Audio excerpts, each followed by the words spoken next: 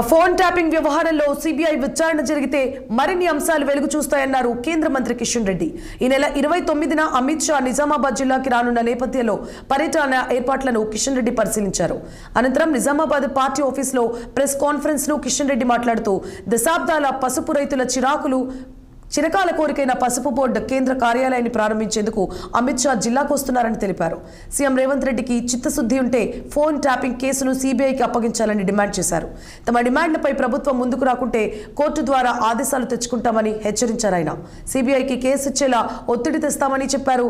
Phone tapping లో కేవలం రాజకీయ నేతలే కాకుండా అన్ని వర్గాల ప్రజలు బాధితులుగా మిగిలారని ఆవేదన వ్యక్తం చేశారు కేంద్ర మంత్రి కిషన్ రెడ్డి.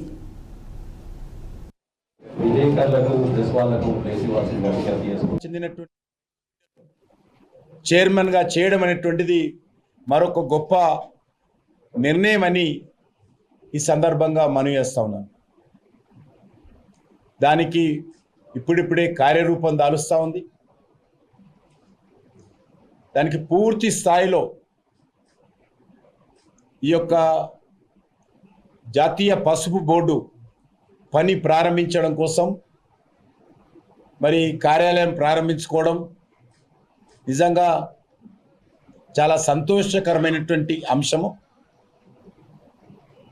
అది ఈ నెల 20వ తేదీన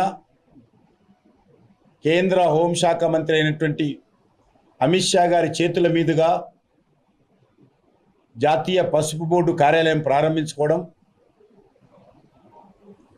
మరి ఈరోజు మరో 2 రోజుల్లో అది కార్యరూపం దాలుస్తూ ఉంది. అందుకే కేంద్ర ప్రభుత్వం తరఫున ఏర్పాటు చేయబోయేటువంటి ఈ యొక్క పసుపు బోర్డు కార్యాలయ ప్రారంభోత్సవం ఎంతో ఘనంగా జరుపుకోవాలి. దానికి భారతీయ జనతా పార్టీ తరఫున కూడా పూర్తి స్థాయిలో అందులో భాగస్వాములు కావాలని పార్టీ నిర్ణయించింది. అంతేకాకుండా నిజామాబాద్ జిల్లా అనేక సంవత్సరాల నుంచి కూడా